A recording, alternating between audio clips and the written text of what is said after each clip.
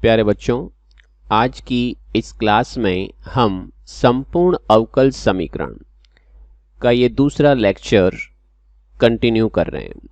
आज हम पढ़ेंगे कि एक जो संपूर्ण अवकल समीकरण जो दी जा रही है, टोटल डिफरेंशियल इक्वेशन जो आपको प्रोवाइड की जा रही है, उसका प्रारूप कुछ ऐसा हो, लेकिन वो कैसी हो, समघात में हो।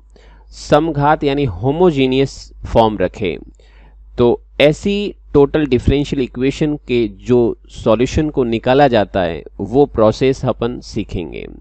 तो इसके अंदर सबसे पहले क्या देखते हैं कि अगर इस तरह की इक्वेशन अगर आपको प्रोवाइड की जाए तो सबसे पहले आप केस नंबर 1 और केस नंबर 2 पे आइए। आप चेक करिए कि इस इक्वेशन के लिए ये प्रतिबंध लागू हो रहा है या फिर ये वाला प्रतिबंध लागू हो रहा है।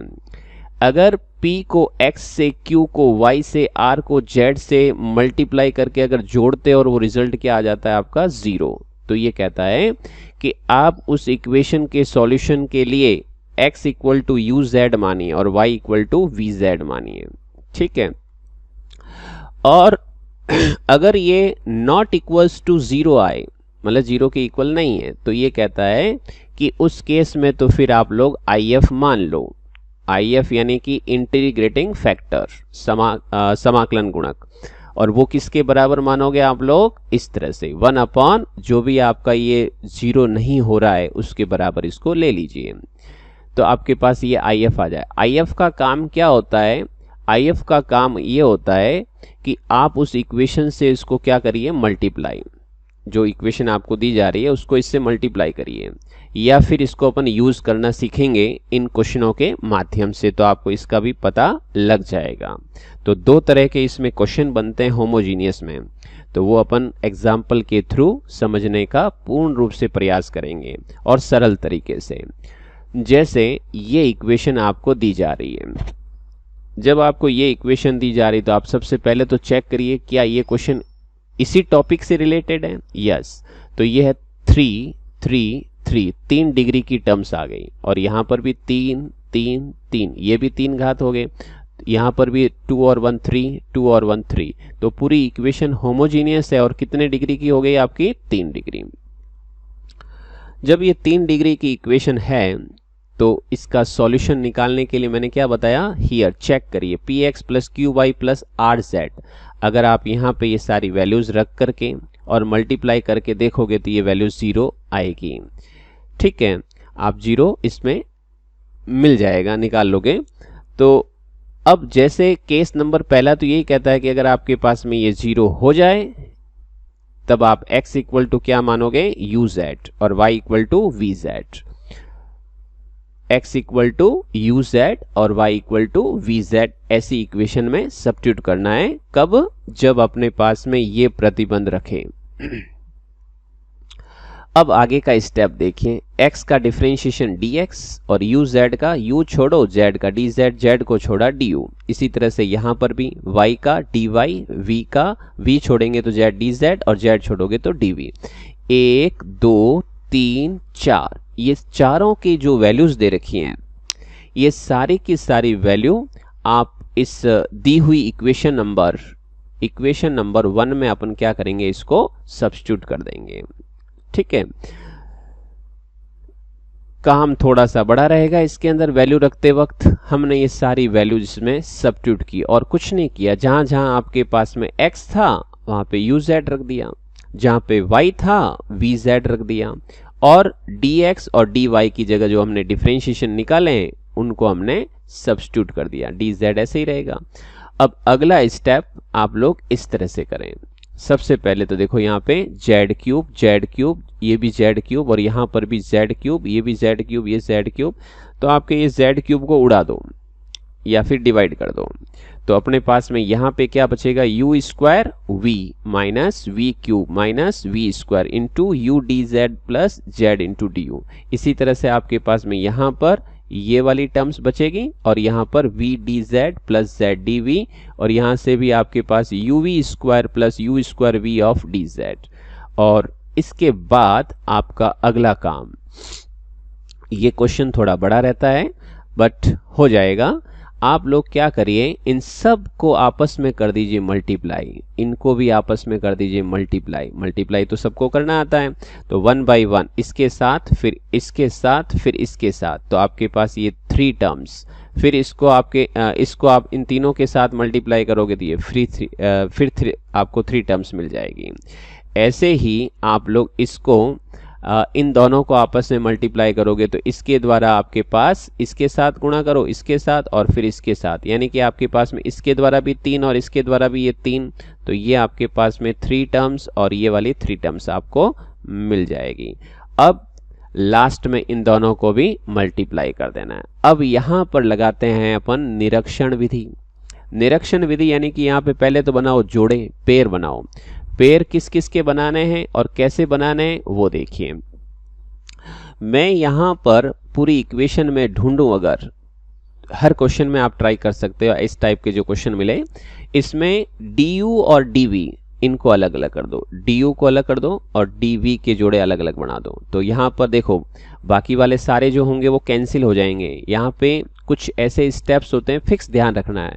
dz वाले सारे पद कट जाएंगे एक दूसरे से, आप यहाँ पे कहीं से भी आप देखोगे तो ये कटने शुरू हो जाएंगे, तो dz वाली टर्म्स नहीं रहेगी। तो बची कौन सी, एक तो du और dv, तो जहाँ जहाँ du है कॉमन ले लो, जहाँ जहाँ dv है उसको कॉमन ले लो, बचे हुए भाग को अरेंज कर दो। ये आपको काम करना है। अब आगे का स्टेप क्या रहेगा, यहाँ से फिर z को उड़ा दो, z को उड़ा के फिर इसके अंदर क्या कर दो, एंटर कर दो। एंटर करने के बाद इसको भी एंटर यानी मल्टीप्लाई कर दो। मल्टीप्लाई करेंगे तो आपके पास कुछ ये स्टेप्स मिलेंगे। अब इसमें बनाइए फिर जोड़े, कौन किसके साथ अरेंज करें। तो देखिए बेटा, यहाँ पर ये जोड़ा और यहाँ से ये जोड़ा और इन दोनों को छोड़ देते हैं पीछे, सॉरी ये वाला और ये वाला, ये आ जाएगा लास्ट में। तो इन दोनों में से कॉमन क्या आया आपके पास में v, और इन दोनों में से आपके कॉमन क्या आया आपके पास में u, और फिर इन दोनों के अंदर अगर कॉमन की बात की जाए तो आपके पास में ये आ जाएगा u square minus v square. तो पीछे क्या बचेगा, v इंटू डी यू, और यहाँ से क्योंकि देखो u square minus v square, ये v square minus u square, तो माइनस कॉमन ले लो, तो आपके पास u square minus v square बाहर आने के बाद v into d u minus u into d v, और ये वाली टर्म। अब अगर अपन इसको इंटीग्रल करने की फॉर्म बनाना चाहें तो ये u स्क्वायर यहाँ काम का नहीं और v स्क्वायर यहाँ काम का नहीं, क्योंकि ये dv है और ये du है। तो पूरी इक्वेशन को आप u स्क्वायर v स्क्वायर से डिवाइड कर दो। जैसे ही हमने डिवाइड किया तो कुछ इस तरह का प्रारूप हमारे सामने प्राप्त हो गया।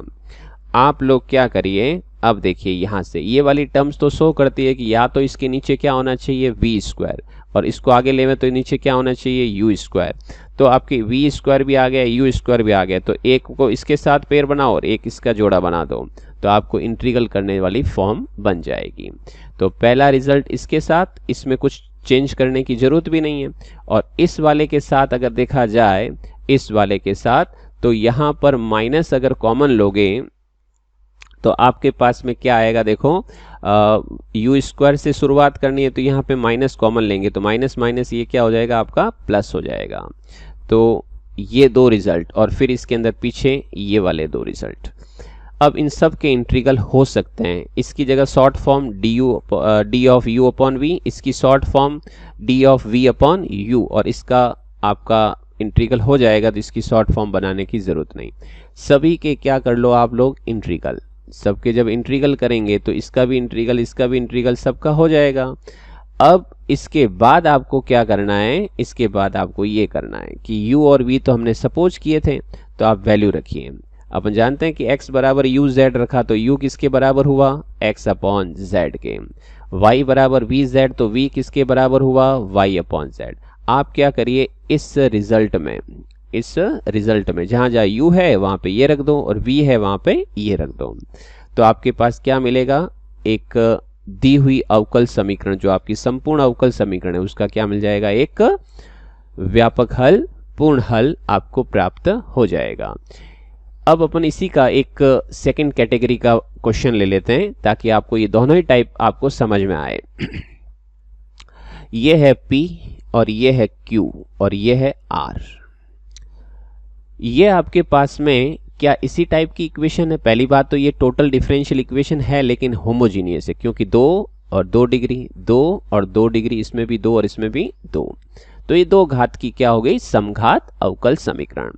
क्या इसके अंदर ये प्रतिबंध देखते हैं? तो सबसे पहले तो px plus q y plus r z, तो आप क्या करो, इसको p यानी कि ये इसको x से मल्टीप्लाई करोगे तो x y square plus x y z, इसको आप y से मल्टीप्लाई करोगे तो x y z plus y z square, और इसको अगर मल्टीप्लाई करें z से तो ये वाली टर्म, जो कटे उसको काट दो, बचे उस, क्योंकि अब ये देखो नॉट इक्वल टू जीरो की फॉर्म बन रही है, जीरो आ जाता तो अभी जो हमने एग्जाम्पल ऊपर किया है उस टाइप की विधि को लगाते, और जीरो नहीं आए तो हम इसी को क्या मानते हैं? IF। तो देखिए पहले तो IF निकालने से पहले आप इसको क्या करिए, पेयर कर लीजिए, इसके किस किस का जोड़ा बन रहा है, किस तरह से इसके फैक्टोराइज हो रहा है, तो इसको करना है फैक्टर।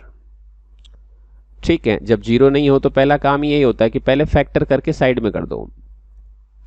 तो x y square x y z, common क्या आया? एक्स वाई, तो पीछे क्या बच गया? Y plus Z.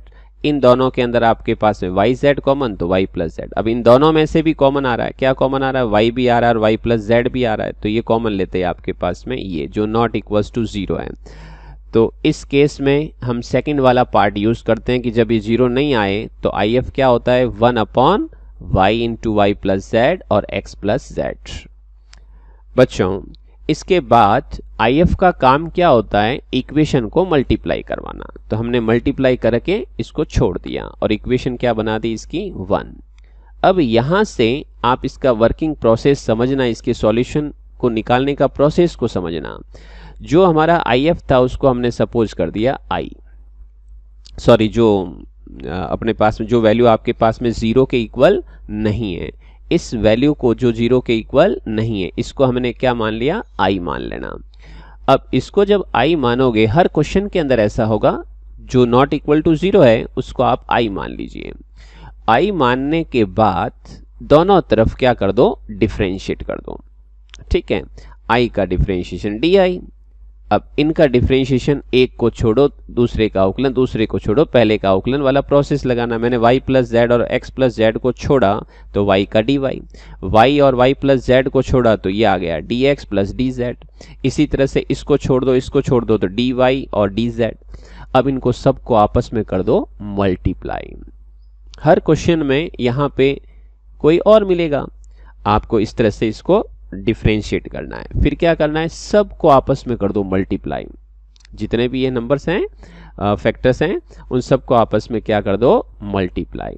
अब आपके अंदर यहाँ पे आपको जो ध्यान रखना है वो क्या ध्यान रखना है? आपको ये ध्यान रखना है कि इन सब पदों में, इन सभी टर्म्स में से आपको क्वेश्चन नंबर फर्स्ट में जो इक्वेशन दे रखी है, इक्वेशन नंबर फर्स्ट के अंदर जो लेफ्ट हैंड साइड पार्ट दे रखा है, left hand side part in sense ये वाली, ये जितने भी आपके पद दे रखे हैं उनमें आपको ढूंढना है। तो आपके पास y square plus y z है, तो आप क्या करेंगे? यहां पर ऐसे देखिए, y square plus y z, इनमें कहीं पे आ रहा है क्या? देखो ये पूरा क्वेश्चन नंबर आपका फर्स्ट का लेफ्ट हैंड साइड पार्ट है, तो मैंने यहाँ पे लिखा है, तो आपको समझा देता हूँ कि इस तरह से आपको अरेंज करना है। तो वाई स्क्वायर है, इसमें रेड वाले को देखो, ये पहला जोड़ा मिल जाएगा।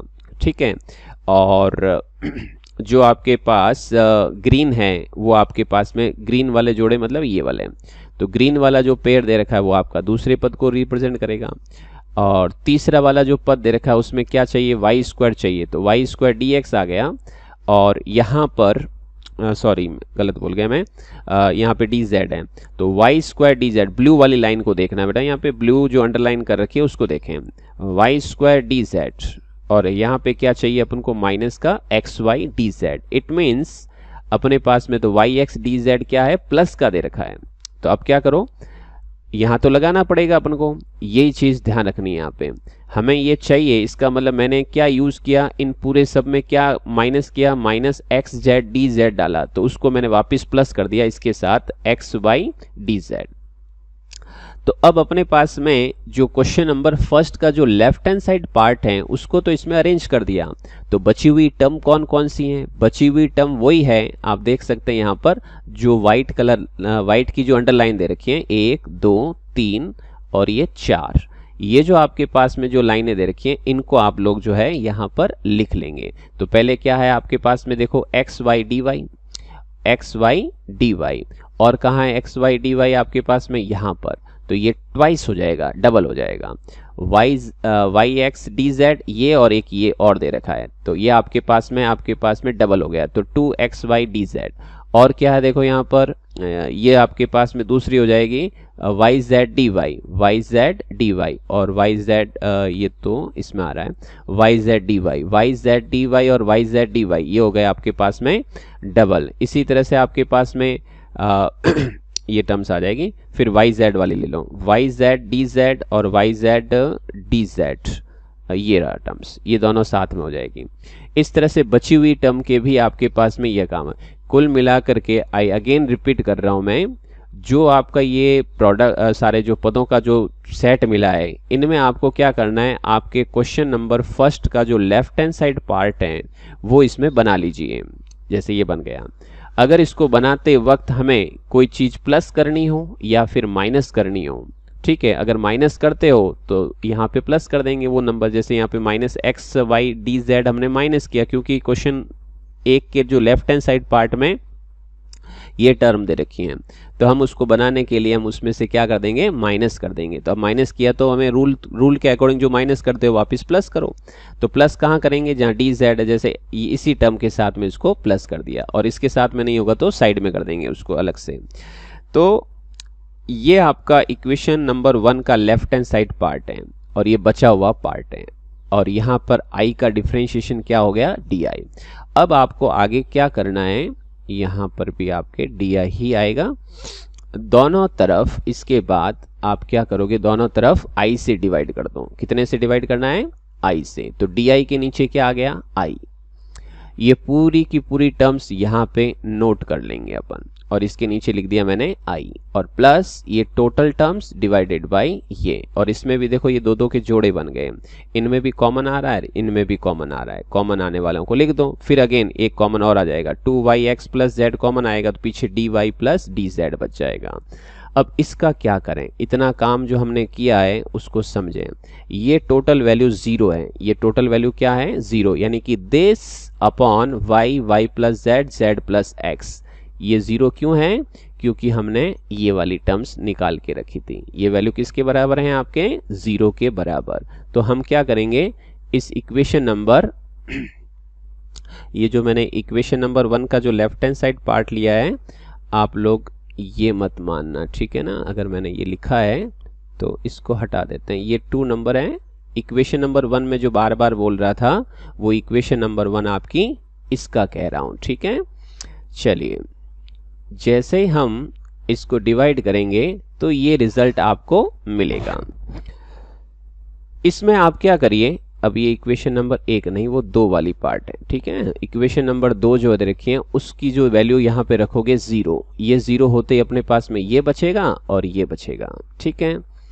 तो di के नीचे i, और इधर आपके पास फैक्टोराइज होने के बाद ये, अब इसमें कटेगा क्या, ये टोटल कट गया, y कट गया, x प्लस z कट गया, di upon i twice of dy plus dz upon y plus z।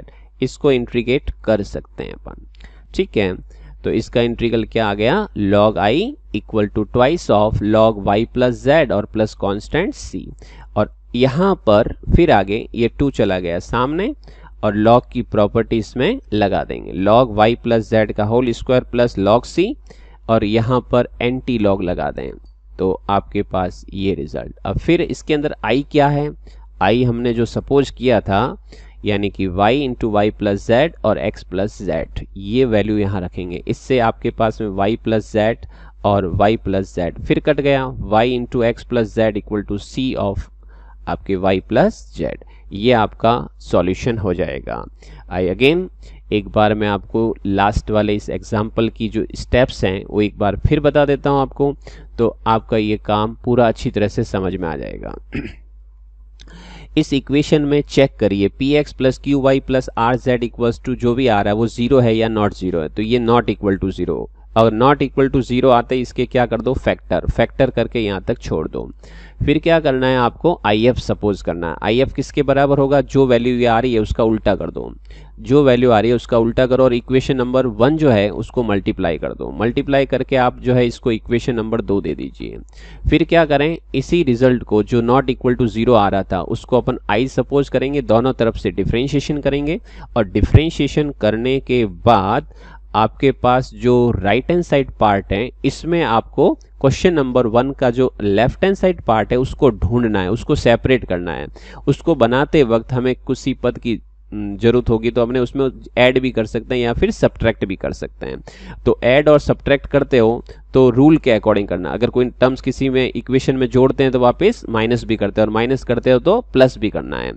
Next, इसके बाद जो इक्वेशन नंबर आपके पास में 1 का जो लेफ्ट हैंड साइड पार्ट बना और ये जो बचा हुआ पार्ट है, दोनों के अंदर आपको क्या करना है, आई से डिवाइड कर देना है। डिवाइड करने के बाद ये जो रिजल्ट आपको मिलेगा यहाँ पर इस जगह पे अपन क्या रख देंगे, 2 से, क्योंकि वो राइट हैंड साइड उसका जीरो है तो ये जीरो होते ही पूरी जीरो हो जाएगी। इसको आप इसके बराबर करें, इसके अंदर कुछ पेयर वगैरह बन रहे हैं, कुछ कॉमन वगैरह आ रहा है तो उसको सिंप्लीफाई करें।